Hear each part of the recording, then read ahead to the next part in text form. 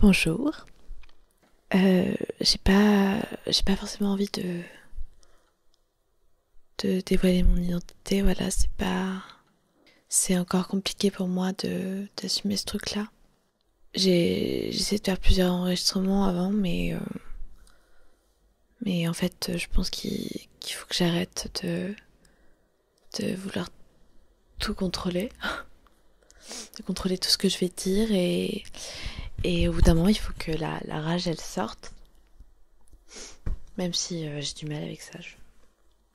On m'a un peu appris à tout intérioriser, quoi. Donc oui, j'ai un peu intériorisé mes agressions. J'ai subi plusieurs agressions sexuelles. À peu près une depuis que je suis arrivée à la fac. Donc 5. Je vais pas parler en détail de toutes mes agressions sexuelles. Parce que à part le processus de sidération, il n'y aurait pas grand chose d'autre à dire. Si ce n'est que je connaissais mes agresseurs,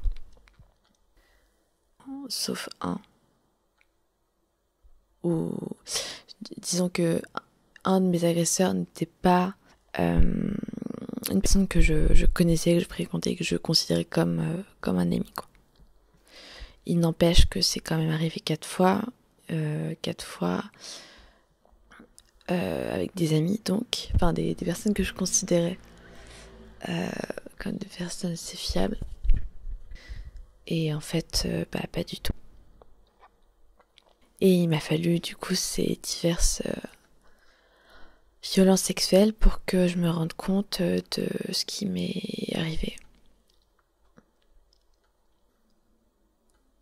Ce qui m'est arrivé, et en même temps, il y a ce truc de, on n'a pas envie de se dire que c'est arrivé, parce que on est là, on se refait la scène plusieurs fois. Des fois on dort mal, des fois on a peur de sortir de chez soi. Pendant un moment, parce que du coup j'ai porté plainte la dernière fois où je me suis fait violer jusqu'à présent. Oui, je dis jusqu'à présent parce que je me dis que en fait ça peut arriver tellement soudainement. C'est tellement difficile de se rendre compte de ce qui t'arrive quand ça t'arrive et d'avoir le réflexe de pouvoir t'arrêter tout.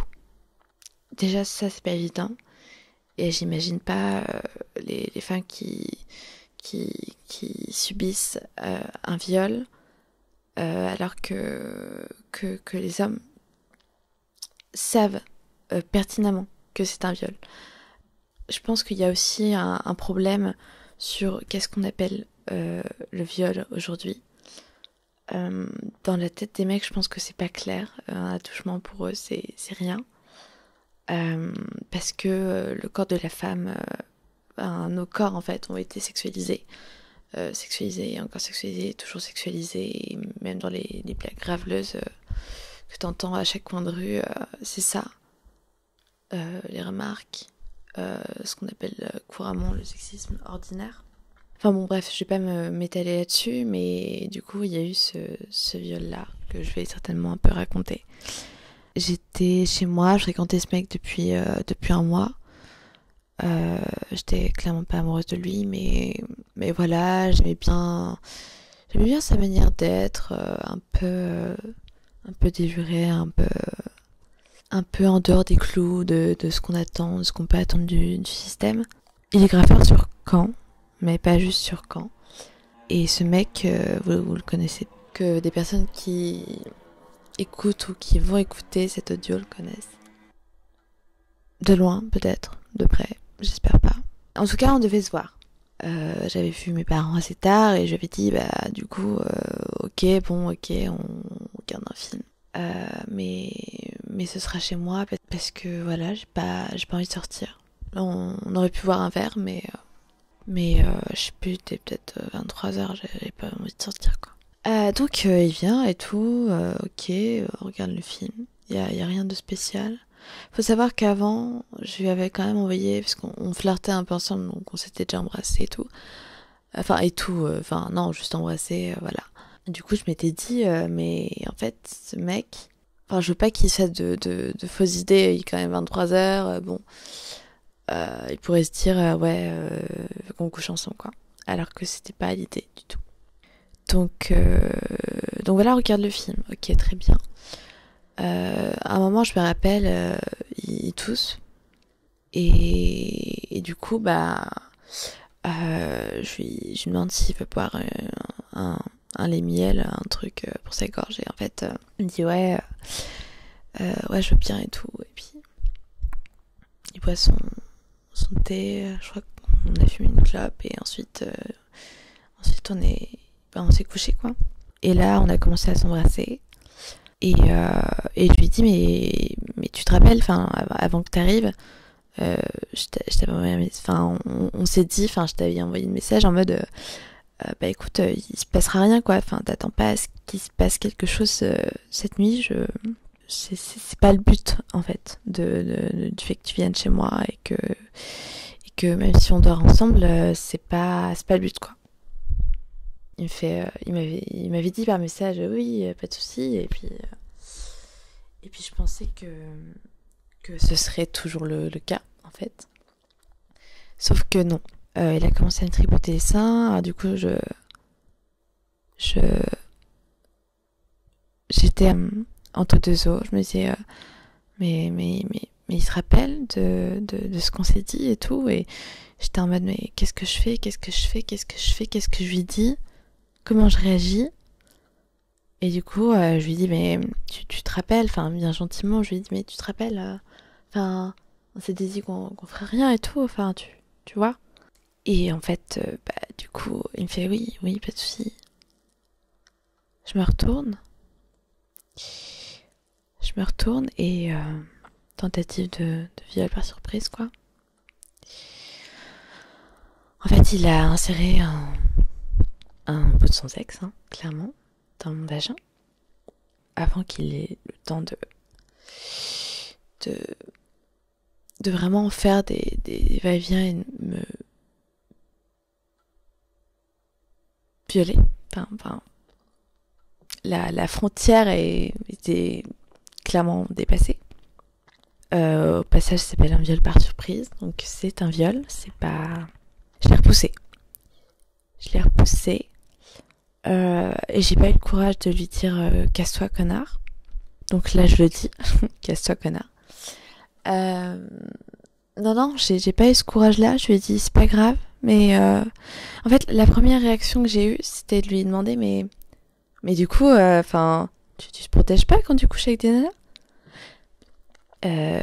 Parce que j'étais dans le déni total, en fait. Et je me disais, mais c'est possible. En plus, ça m'était déjà arrivé avec un mec... avec un autre mec dans une radio qui m'est sorti ah oui, j'ai des capas dans le coin et tout. Et je faisais, mais... Et puis en fait, bah, qui comptait pas vraiment là-dessus et qui m'avait dit, de toute façon, t'as pas couché le premier soir, donc t'es safe. Avec ça, on est bien. On est très cool. Bref, tout ça pour dire que le lendemain, j'étais dans un état abominable. Je savais pas trop vers qui me tourner, qui contacter. Rapport avec mes parents compliqué, donc impossible vraiment de leur en parler. Je pensais qu'à quelques potes, et du coup j'ai vu mes deux meilleures potes filles, du coup, à ce moment-là. Et l'une d'elles, enfin les deux en fait, m'ont accompagnée à deux moments différents. La fois où j'ai porté plainte. Mais en gros, ce qui ressort de cette histoire, c'est que j'ai conscientisé les viols qui sont arrivés avant, de la même façon, quasiment. C'était assez similaire, j'étais de dos, toujours. Donc ça s'est toujours passé de dos et j'étais toujours habillée. Donc rien ne laissait présager que j'étais consentante. Même si le fait d'être nue ne signifie pas, ne veut pas dire qu'on est consentante, hein. Qu'on soit bien clair là-dessus. À partir du moment où la personne avec qui qui n'a pas clairement énoncé qu'elle avait envie, a priori elle n'est pas consentante. Mais pour en revenir à cette plainte, l'attente a été longue. J'ai attendu un certain temps. J'avais emmené mes draps et tout pour qu'ils les analysent, mes fringues aussi. À ce moment-là, parce que j'étais pas nue, du coup, hein, donc voilà. Et je me rappellerai toujours de son regard. Son regard quand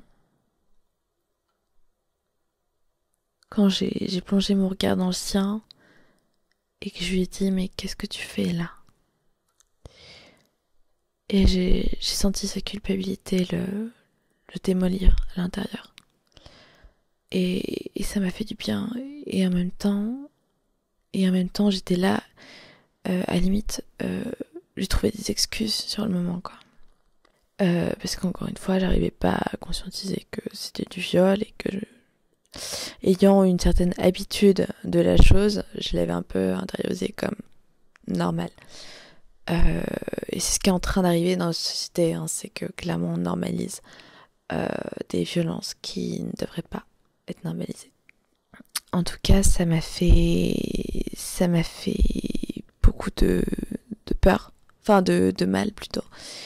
J'ai eu très peur en fait, comme je l'ai peut-être dit, c'est plusieurs audios que je fais.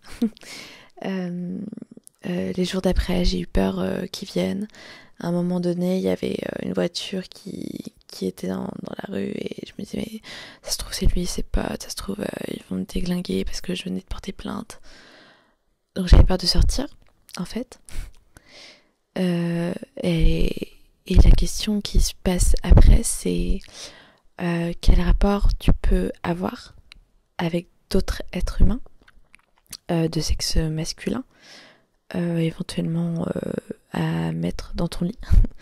Et je me suis dit mais en fait je vais devenir je peux avoir des attirances pour les femmes, mais je pense que je vais travailler cette attirance pour me dégager des hommes, quoi. Parce que c'était plus possible. Et oui, du coup, ce que je voulais, où je voulais en venir aussi, c'est que finalement, ce qui est important, je pense à mon avis, c'est que on se reconnaisse victime de quelque chose. Je pense que c'est essentiel, mais c'est clairement insuffisant aussi pour se reconstruire. Et je pense que pour se reconstruire, il n'y a rien de mieux que d'être entouré, que de pouvoir en parler. Et c'est très compliqué pour moi d'en parler, donc si je le dis, si je le fais aujourd'hui, c'est que vraiment je pense que ça peut pas changer ma vie, mais extérioriser des choses qui sont produites. Et d'ailleurs, j'aimerais beaucoup faire des projets pour extérioriser tout ça avec d'autres femmes, une sorte de spectacle où on pourrait réfléchir tout ensemble, de danse, voilà, autour de toute cette violence qu'on normalise et qui gangrène en fait nos corps, nos sœurs, nos amis, nos amantes.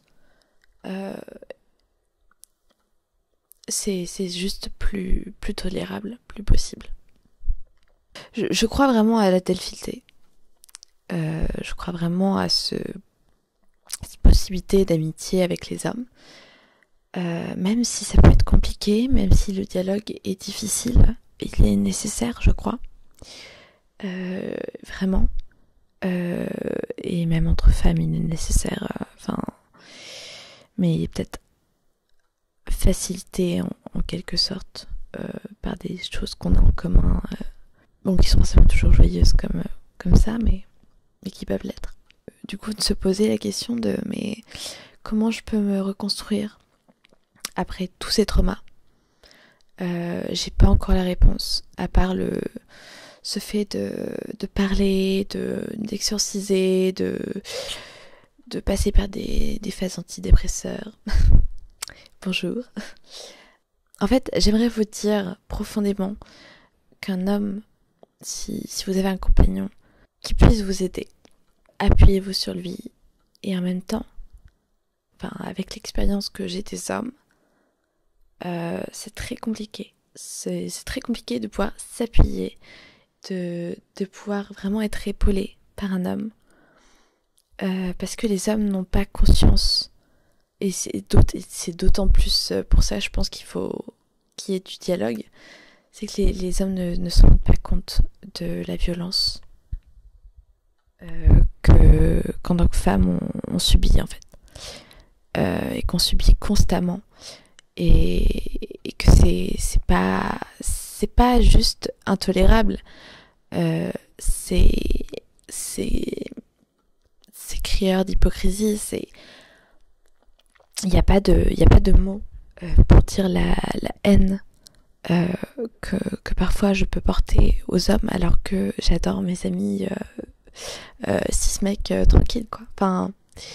Mais c'est vrai que quand on est une femme, j'ai l'impression que tout est plus dur. Et il y a quelques années, j'étais contente, j'étais vraiment heureuse d'être une femme. Cette forme de sensibilité, je sais pas, dans l'écriture par exemple, parce que j'écrivais pas mal avant.